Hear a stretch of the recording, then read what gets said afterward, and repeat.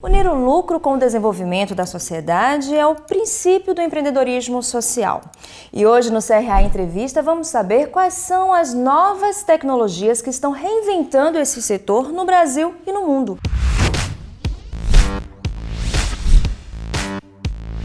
Para esse bate-papo, convidamos Ricardo Podival, CEO da Cívico, uma hub de inovação de empresas focadas no impacto social, não é isso, Ricardo? Isso mesmo. Muito obrigada por participar do nosso programa. Eu que agradeço. Prazer estar aqui com vocês. Bom, para a gente começar o programa, explica para a gente se o empreendedorismo social é um modelo de negócio, um movimento ou acaba sendo as duas coisas? Acaba sendo as duas coisas, né? Você divide o impacto social e um modelo em diferentes formas. Você tem hoje o setor 2,5, que são negócios de impacto social, ou seja, o propósito com retorno financeiro. Você tem ONGs e fundações, entidades do terceiro setor. Então você acaba tendo dois modelos de estar trabalhando o impacto social. Sobre as empresas de impacto cívico-social, o que você pode esclarecer para a gente? O que eu posso esclarecer é o seguinte: hoje as empresas de impacto cívico-social são aquelas que estão atuando, né, nos 17 Objetivos Sustentáveis da ONU, chamados 17 ODS, desenvolvimento, projetos e propósitos ou produtos para a base da pirâmide, para poder trabalhar e melhorar a qualidade de vida das pessoas que vivem numa zona mais periférica. Bom, hoje estamos vivendo na Revolução 4.0, né, um turbilhão de tecnologias. Eu queria saber, na sua opinião, o que essas tecnologias estão oferecendo para o desenvolvimento do empreendedorismo social? Bom, tecnologia é extremamente escalável. Então é um modelo que você usa, uma ferramenta. A tecnologia tem que ser a ferramenta que você vai usar para escalar os projetos. Extremamente escalável, né? Hoje todo mundo tem um smartphone, todo mundo tem acesso.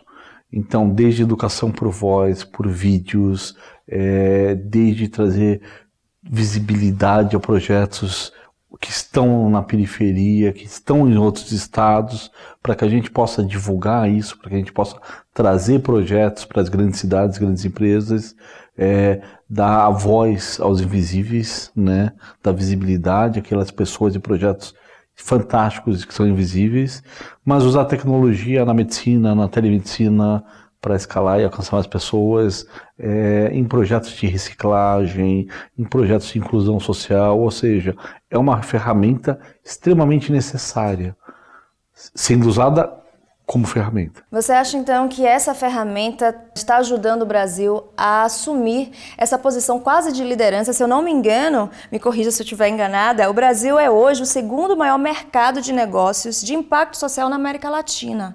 Você acha que tem a ver esse impacto tecnológico com esse desenvolvimento do empreendedorismo social aqui no país? Lógico que ajuda, realmente isso ajuda muito para que a gente ganhe posição, para que a gente ganhe desenvolvimento.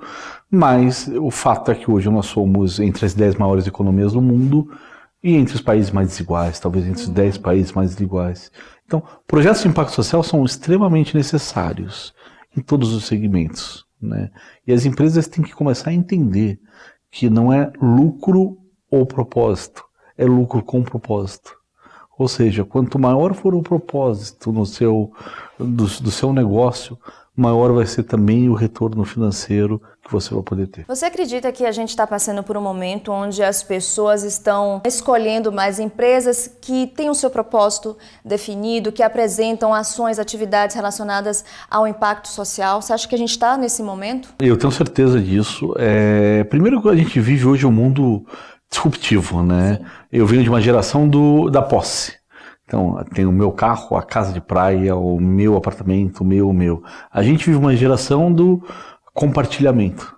Então você tem aí o Uber, o Airbnb, Spotify, a Rappi, você tem aí cada vez mais tecnologias sendo usadas para o compartilhamento, para um público que quer ter o pertencimento ao lugar, ao espaço físico.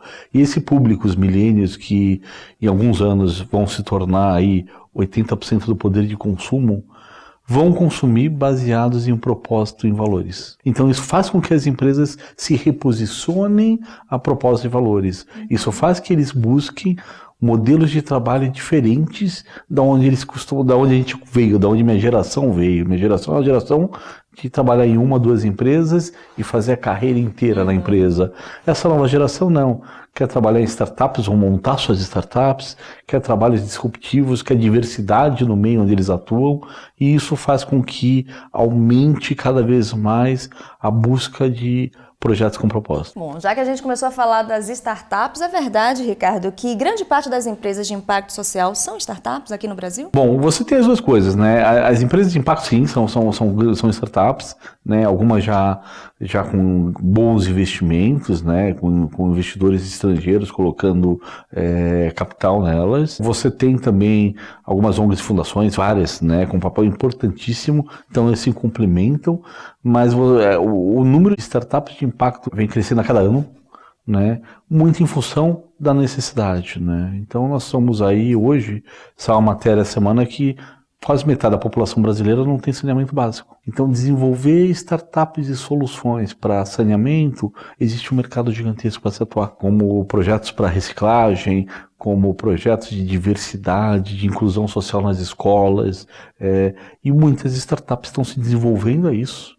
Outras hoje já começam a olhar a linha de GovTechs, que são startups focadas no governo, onde você realmente busca uma amplitude maior do seu negócio, uma escalabilidade maior, que estão conosco hoje no Cívico e desenvolvem projetos e produtos disruptivos, rápidos, baratos e extremamente escaláveis para a área pública. Bom, explica pra gente uma coisa, Ricardo. Eu acho que até agora a gente conseguiu entender um pouco sobre o que é o empreendedorismo social, mas talvez gere uma dúvida. Como equilibrar a equação lucro com desenvolvimento social, com a promoção do desenvolvimento social? Como é que a empresa pode equilibrar isso? Tem algumas maneiras, tá? A hora que você fala dos objetivos sustentáveis da ONU, os ODS, que hoje todas as grandes empresas, todos os países assinaram o acordo na agenda de 2030 para equalizar, né, um pouco melhor nosso sistema, trazer uma igualdade maior. Então tem uma agenda e tem um modelo sistêmico de você fazer isso, e você vai medir qual o impacto gerado. Cada segmento tem um, então você tem impacto gerado por real investido, você tem quanto foi investido em educação numa região e qual o resultado que está tendo daquele impacto na educação na vida das crianças comparado com outras regiões do Brasil. Enfim, são várias maneiras, vários mecanismos que a gente está colocando hoje para comparar o impacto gerado versus real investido. Então, isso é muito importante quando a gente fala em startup, né? É mostrar na ponta o quanto eu melhorei a vida das pessoas em relação àquele trabalho que foi executado. Ricardo, qual a diferença entre as empresas de impacto social, as empresas 2.5 e as OS6? A gente pode partir um pouco do mesmo princípio. O que você tem hoje, né, que a gente pode dividir, você tem um trabalho de assistencialismo extremamente importante e tem seu papel no mercado, e tem um papel importantíssimo. Você tem ONGs e fundações que chegam onde o governo não chega, fazendo um trabalho brilhante. E você tem hoje os negócios de impacto social, que é meu negócio gera melhoria na qualidade da base da pirâmide e me gera retorno financeiro. Então, são 3 modelos onde você trabalha, e o que acontece cada vez mais é o segundo setor, que tem sua parte social, ou tem seu programa, ou tem sua área de sustentabilidade, olhando para essas startups de impacto social como soluções aos problemas gerados por eles. A Cívico trabalha diretamente com qual tipo dessas empresas? A Cívico hoje a gente trabalha com os 2 modelos. Então, nós temos ONGs e fundações lá dentro, e a gente tem negócios de impacto também. Eu tenho mais negócios de impacto do que ONGs e fundações, mas extremamente importante estarem no mesmo ecossistema juntos, porque se completam. E aí você consegue trazer realmente um ecossistema vivo, né? De entender na ponta as necessidades das ONGs e das fundações, entender como os negócios de impacto podem apoiá-las e como elas podem apoiar negócios de impacto. Bom, no início do programa eu apresentei a Cívico como uma hub de inovação. Explica pra gente, né, o que é que significa esse termo hub, o que é que vocês fazem, o que é que vocês realizam? Nós não somos, né, um coworking, né? Nós somos muito mais que isso. Nós somos uma comunidade com hoje 70 empreendedores, divididos nos 17 objetivos da ONU. Então você tem empreendedores trabalhando com diversas áreas diferentes, né? Nós temos uma aceleradora lá dentro, a Quintessa, que é uma parceira do Cívico, que a gente faz trabalhos de acelerar negócios de impacto, de aceleração. Nós temos um negócio de chamada de negócios de impacto para indústrias, chamado Pipe Social. Então, um exemplo é uma indústria de óleo e gás, quer uma chamada de negócios de impacto para óleo, né, para a área de plásticos. A gente faz uma chamada no Brasil, levanta as startups que atuam nesse segmento, faz todo um filtro e entrega para a empresa quais são as startups que valem a pena ser investidas para algum projeto. Nós temos uma área acadêmica também, onde a gente desenvolve projetos, né, para os empreendedores, e a gente desenvolve muito projeto para as empresas também. Empresas nos buscam cada vez mais, buscando soluções a produtos ou a sistemas, onde a gente acaba fechando uma teoria U, aproximando as startups das grandes empresas. Além disso, a gente trabalha como comunidade como um todo, em parceria com o Sistema B, em parceria com o Pacto Global da ONU, em parceria com grandes institutos de ensino nacionais e internacionais, tentando capacitar cada vez mais esse ecossistema. A gente está falando em capacitação agora, né? Vamos trazer um pouquinho para o nosso público, para os gestores. Ricardo, como você acha que o gestor pode se preparar para esse cenário do empreendedorismo social que coloca o Brasil nessa segunda posição que a gente falou? Eu fui um executivo na vida inteira, né? Então eu sempre vim de grandes empresas, né? Tive a oportunidade de estar fora por muito tempo. Retorno ao Brasil e buscando um propósito de vida foi que me fez, com minha sócia, com a Patrícia e Ricardo Marino, desenvolver o Cívico, né? A gente criar o projeto. O grande ponto quando você fala do gestor para o empreendedorismo social, a gente brinca que é converter os não convertidos, né? Pegar as instituições, as empresas que hoje não trabalham com isso e enxergarem isso como não só um diferencial, mas como uma necessidade.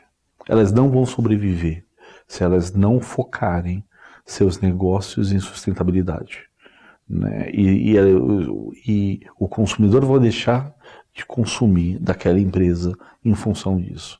Então, esse gestor, da mesma forma que ele olha para hubs de tecnologia, para inovação, para produto, ele tem que olhar e falar qual é o impacto que meu negócio está gerando no meu ecossistema, onde está minha fábrica, onde está meu negócio, onde está minha operação, e o que eles precisam fazer é olharem para os seus negócios e seus produtos que talvez se tornem até secundários ao ecossistema, né? Eu estou entregando o propósito, e no propósito está a minha água com uma embalagem que reciclável, sustentável e que não afeta o meio ambiente. Então, esses são os modelos que as empresas, principalmente empresas de médio para grande porte, tem que começar a buscar. Bom, você falou em propósito, aqui nesse programa outros entrevistados também falaram da importância da descoberta, né, do propósito de cada um da empresa.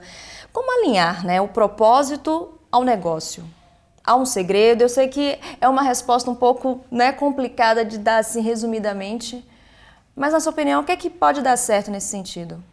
Bom, é uma pergunta difícil, né? A gente não tem uma resposta a ela, né? Não tem uma regra, né? Mas é você tentar olhar de que forma aquilo que você está desenvolvendo está impactando a base da pirâmide, né? E de que forma você consegue impactar também a tua rede de fornecedores por trás disso. Então, alinhar o propósito aos negócios é muito como qual é o teu alinhamento de vida, né? É você levar para fora aquilo que você gostaria para você mesmo, né? E a gente tem excelentes exemplos como isso, né? Se você olhar a história da Natura e do Guilherme Leal, é uma história muito, muito parecida. Aquilo que ele acredita como propósito de vida, como natureza, como ecossistema, que foi um dos principais nomes que iniciou esse processo, é o que a empresa vive naturalmente no dia a dia dela.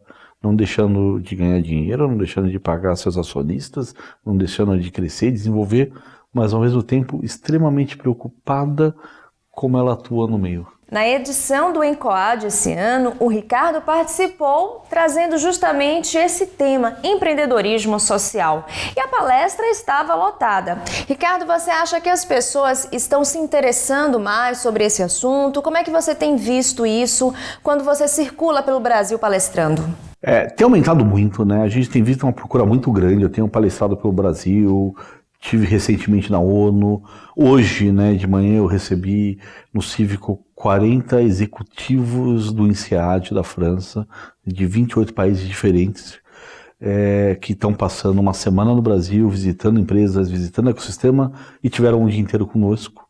O que a gente pode perceber há uma procura de mudança, há uma procura de uma responsabilidade socioambiental, de você trazer um ressignificado aos negócios, né? E isso tem crescido muito. O que acontece é que antes todo mundo imaginava impacto social como puro assistencialismo. Então eu vou doar dinheiro, então vou dar aqui. Alguém falava de impacto, você olhava e falava, vão me pedir alguma coisa.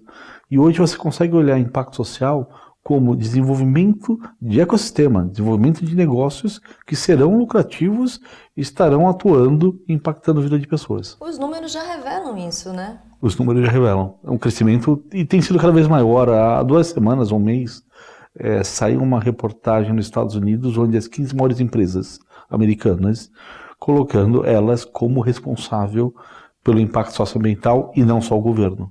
Porque o governo não vai entregar sozinho.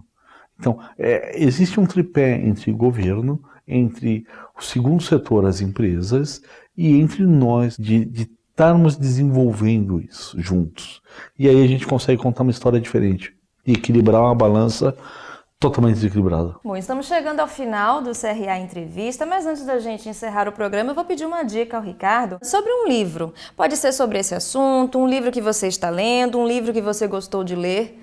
Dá essa dica pra gente. Tem alguns livros que me interessam muito, né?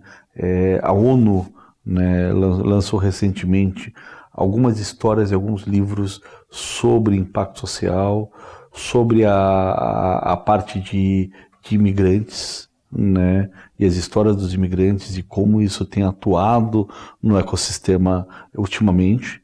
Né, porque a gente está voltando uma história dos nossos antepassados, né, que em função das guerras vieram ao Brasil, vieram às outras regiões, aos outros continentes. E hoje você tem um número muito grande de imigrantes, né, saindo de seus países de origem e buscando outros locais. Então tem alguns livros muito interessantes nessa linha, mostrando qual o impacto gerado disso.